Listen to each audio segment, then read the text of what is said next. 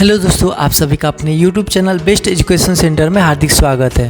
दोस्तों, आज हम पढ़ने वाले हैं 10वीं क्लास के साइंस का चैप्टर 1 यानी रासायनिक अभिक्रियाएं एवं समीकरण के मोस्ट इम्पॉर्टेंट ऑब्जेक्टिव प्रश्न, यानी ऐसे प्रश्न जो कि आपके एग्जाम में 1 नंबर वाले आते हैं। इससे पहले मैंने जितने भी इम्पोर्टेंट प्रश्न थे पहले चैप्टर के वो मैंने करवा दिए हैं।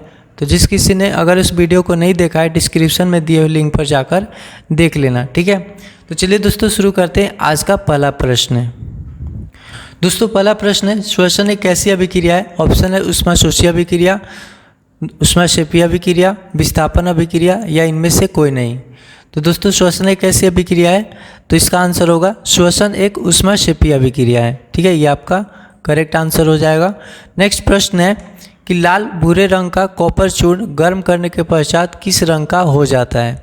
तो ऑप्शन देखो यहाँ पर दोस्तों, हरा होगा, ठीक है। पहला ऑप्शन है हरा, दूसरा नीला, तीसरा काला और चौथा सफ़ेद। तो ये ऑप्शन है। तो लाल भूरे रंग का जब कॉपर चूर्ण गर्म करने के पश्चात किस रंग का हो जाता है? तो इसका आंसर होगा काला, ठीक है। काला जो है करेक्ट आंसर है। दोस्तों, नेक्स्ट प्रश्न है, चूना पत्थर का रासायनिक सूत्र क्या होता है? ठीक है, आपके पास ऑप्शन है कैल्शियम हाइड्रोक्साइड यानी CaOH2, CaCO3, CaCl2 या CO। दोस्तों, इसका सही आंसर क्या हो जाएगा? कैल्शियम कार्बोनेट यानी कि CaCO3, ठीक है। नेक्स्ट प्रश्न है, जब धातुएं जल के साथ अभिक्रिया करती हैं तो कौन सी गैस उत्सर्जित करती हैं? ठीक है, धातुएं जल के साथ अभिक्रिया करती हैं तो आपके पास ऑप्शन है ऑक्सीजन, कार्बन डाइऑक्साइड, नाइट्रोजन या हाइड्रोजन। तो इसका सही आंसर क्या हो जाएगा दोस्तों? हाइड्रोजन, ठीक है। जब धातुएं जल के साथ अभिक्रिया करती हैं तो हाइड्रोजन गैस उत्सर्जित करती है। नेक्स्ट प्रश्न है, ये ऊपर दी गई अभिक्रिया है जिसमें आप देख सकते हो Fe2O3 + 2Al है यानी एल्युमिनियम अभिक्रिया करके Al2O3 + 2Fe का निर्माण होता है। तो ये अभिक्रिया किस प्रकार का है? संयोजन अभिक्रिया है, द्विविस्थापन है, वियोजन अभिक्रिया है या विस्थापन अभिक्रिया है? ठीक है, आपको ये बताना है। तो दोस्तों, इसका करेक्ट आंसर क्या हो जाएगा? विस्थापन अभिक्रिया, ठीक है। विस्थापन अभिक्रिया है, आप देख सकते हो कि लोहा जो है एल्युमिनियम द्वारा विस्थापित हो जाता है और एल्युमिनियम जो है ऑक्सीजन के साथ जो है इसमें अभिक्रिया करके Al2O3 और जबकि लोहे को विस्थापित करके अलग कर देता है। तो ये विस्थापन अभिक्रिया का उदाहरण है। दोस्तों, नेक्स्ट प्रश्न है, CuO + H2 ये रिएक्शन करके अभिक्रिया करके Cu + H2O बना रहे हैं, ठीक है। तो ये दी गई अभिक्रिया किस प्रकार की है? उपचयन अभिक्रिया है कि अपचयन अभिक्रिया है, संयोजन अभिक्रिया है या रेडॉक्स अभिक्रिया है? तो दोस्तों, इस प्रश्न का आंसर होगा रेडॉक्स अभिक्रिया, क्योंकि यहाँ पर देख रहे हो कि कॉपर ऑक्साइड है, ठीक है। इसमें ऑक्सीजन की क्या हो रही है? कमी हो रही है और ये कॉपर का निर्माण कर रहा है। तो यहाँ पर जो है अपचयन अभिक्रिया हो रही है, जबकि हाइड्रोजन के साथ ऑक्सीजन की वृद्धि हो रही है, इसलिए यहाँ पर क्या है? उपचयन अभिक्रिया है। यानी कि दोनों अभिक्रिया यहाँ पर हो रही है, उपचयन और अपचयन, इसलिए इस अभिक्रिया को हम क्या कहते हैं? रेडॉक्स अभिक्रिया, ठीक है। तो इसका सही आंसर है रेडॉक्स अभिक्रिया। नेक्स्ट प्रश्न है, सिल्वर क्लोराइड, ठीक है। सिल्वर क्लोराइड का रंग कैसा होता है? ठीक है, तो आपको आंसर बताना है सिल्वर क्लोराइड का रंग कैसा होता है। तो दोस्तों, सिल्वर क्लोराइड का जो रंग होता है वो होता है सफ़ेद, ठीक है। सिल्वर क्लोराइड का रंग सफ़ेद होता है, लेकिन जब सिल्वर क्लोराइड को सूर्य के प्रकाश में रखा जाता है तो सिल्वर और क्लोरीन अलग अलग हो जाते हैं, जिससे सिल्वर जो का रंग होता है सफ़ेद से क्या हो जाता है? धूसर हो जाता है, याद रखना, ठीक है।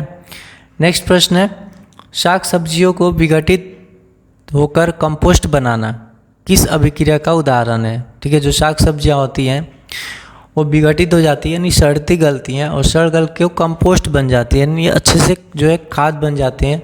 तो ये किस अभिक्रिया का उदाहरण है? आपके पास ऑप्शन है ऊष्माशोषी अभिक्रिया, ऊष्माक्षेपीय अभिक्रिया, अपचयन अभिक्रिया या प्रतिस्थापन अभिक्रिया। दोस्तों, इसका सही आंसर है ऊष्माक्षेपीय अभिक्रिया, ठीक है। यानी कि ऊष्माक्षेपीय अभिक्रिया होता है।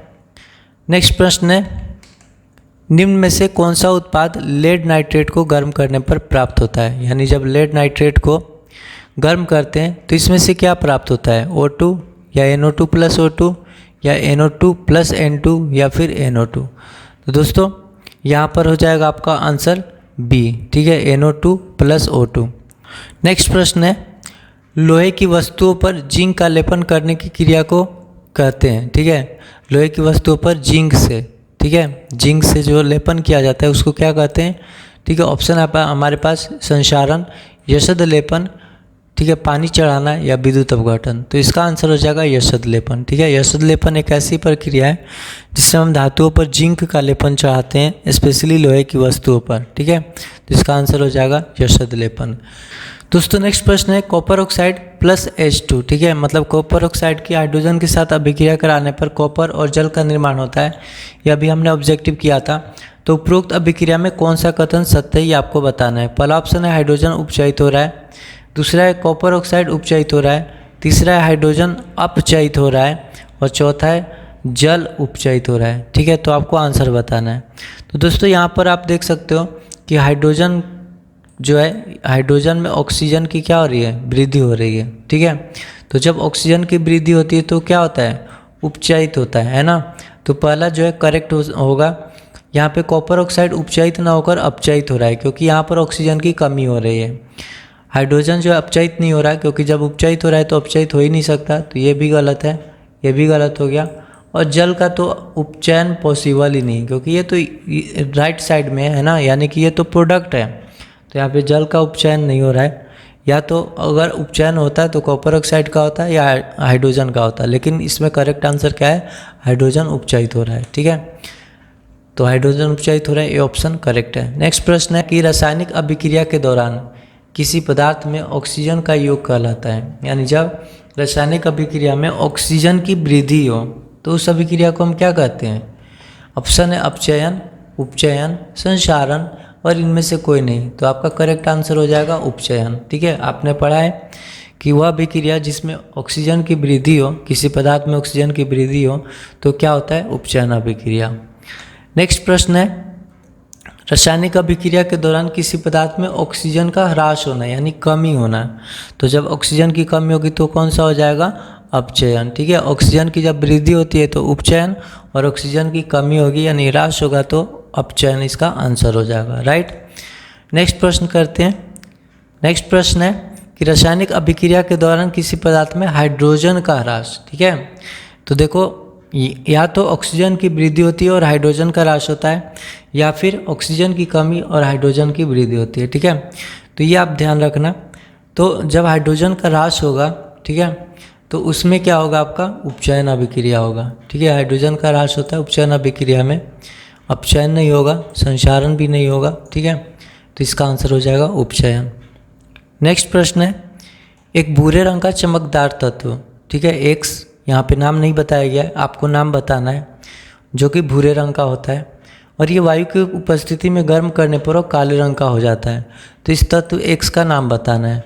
ऑप्शन है आपके पास सोडियम, मैग्नीशियम, कॉपर और पोटेशियम। तो ये दोस्तों कॉपर होता है। ठीक है, इसका आंसर कॉपर हो जाएगा क्योंकि भूरे रंग का कॉपर होता है और जब इसको वायु की उपस्थिति में गर्म करते हैं तो ये काले रंग का हो जाता है, यानी कि वायु की अभिक्रिया करने के बाद क्या हो जाता है, काले रंग का हो जाता है। तो ये जो है आंसर आपका सी सही होगा। ठीक है, यहाँ पे ऑप्शन सी होगा, करेक्ट होगा कॉपर। ठीक है, नेक्स्ट प्रश्न है ऊष्मा के द्वारा की गई वियोजन अभिक्रिया। ठीक है, मतलब ऐसी वियोजन अभिक्रिया जिसमें ऊष्मा के द्वारा होती है, तो इस प्रकार की अभिक्रिया को हम क्या कहते हैं, तापीय वियोजन, ऊष्मीय वियोजन, आणविक वियोजन या इनमें से कोई नहीं। तो दोस्तों इसमें आपका आंसर हो जाएगा ऊष्मीय वियोजन, है ना।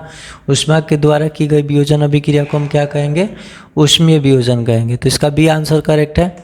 नेक्स्ट प्रश्न है वे अभिक्रियाएं जिनमें अभिकारकों के बीच आयनों का आदान प्रदान होता है, यानी कि आयन जो है एक दूसरे को क्या करते हैं, आदान प्रदान करते हैं, तो इस प्रकार की अभिक्रिया को क्या कहते हैं। ऑप्शन है वियोजन अभिक्रिया, विस्थापन अभिक्रिया, द्विविस्थापन अभिक्रिया या संयोजन अभिक्रिया। तो दोस्तों जब आयनों का आदान प्रदान होता है तो द्विविस्थापन होता है ना। वियोजन में क्या होता है कि कोई एकल अभिकारक दो या दो से अधिक उत्पादों में वियोजित होता है ना। विस्थापन में क्या होता है कि अधिक अभिक्रियाशील तत्व जो होता है अपने से कम अभिक्रियाशील तत्व को विस्थापित कर देता है। संयोजन अभिक्रिया में क्या होता है कि दो या दो से अधिक पदार्थ मिलकर एकल उत्पाद का निर्माण करते हैं, है ना। तो लेकिन यहाँ पर क्या होगा, आयनों का आदान प्रदान हो रहा है अभिकारकों के बीच में, इसलिए इसका आंसर हो जाएगा द्विविस्थापन अभिक्रिया। यानी कि इसमें भी दोस्तों यहाँ पे एरर है, यहाँ पे आंसर हो जाएगा आपका सी। ठीक है, सी होगा द्विविस्थापन अभिक्रिया। नेक्स्ट प्रश्न है कि जब कोई धातु अपने आसपास अम्ल, आर्द्रता आदि के संपर्क में आती है तभी संक्षारित हो जाती है, तो इस प्रक्रिया को क्या कहते हैं। संचयन, विकृत गंधिता, संचारण या इनमें से कोई नहीं। दोस्तों इसका आंसर हो जाएगा संचारण। ठीक है, संचारित से आप समझ जाना, बाकी इसको याद कर लेना। संचारण अभिक्रिया किसे कहते हैं? जब कोई धातु अपने आसपास अम्ल, आर्द्रता आदि के संपर्क में आती है तब वे संचारित हो जाती है, तो इस प्रक्रिया को हम संचारण कहते हैं। तो इसका आंसर हो जाएगा संचारण। ठीक है, नेक्स्ट प्रश्न है, अवक्षेपण अभिक्रिया से किस प्रकार का लवण प्राप्त होता है? विलय, अविलय, दोनों या इनमें से कोई नहीं। तो दोस्तों अवक्षेपण अभिक्रिया के दौरान जो लवण प्राप्त होता है वो अविलय होता है। ठीक है दोस्तों, नेक्स्ट प्रश्न है कि वायुरोधी बर्तनों में खाद्य सामग्री रखने से उपचयन की गति हो जाती है। वायुरोधी, वायुरोधी का मतलब जो जिससे वायु जो आदान प्रदान ना हो सके। तो इस प्रकार के बर्तन में जब हम खाद्य सामग्री रखते हैं तो उपचयन की गति क्या हो जाती है? धीमी पड़ जाती है, ये ध्यान रखना। ठीक है, इस विकृत गंधिता होता है, विकृत गंधिता में हम जो बचाव के लिए हम क्या यूज़ करते हैं? वायुरोधी बर्तन का उपयोग करते हैं। तो याद रखना ये धीमी हो जाती है इसकी गति। ठीक है, तो इसका आंसर हो जाएगा धीमी गति। तो दोस्तों ये थे हमारे चैप्टर 1 के मोस्ट इंपॉर्टेंट ऑब्जेक्टिव प्रश्न, और इसी टाइप के ऑब्जेक्टिव प्रश्न आपके एग्जाम में पहले चैप्टर से आते हैं। तो आज के लिए इतना ही, फिर मिलते हैं नेक्स्ट वीडियो में एक नए चैप्टर के साथ। तब तक के लिए जय हिंद दोस्तों।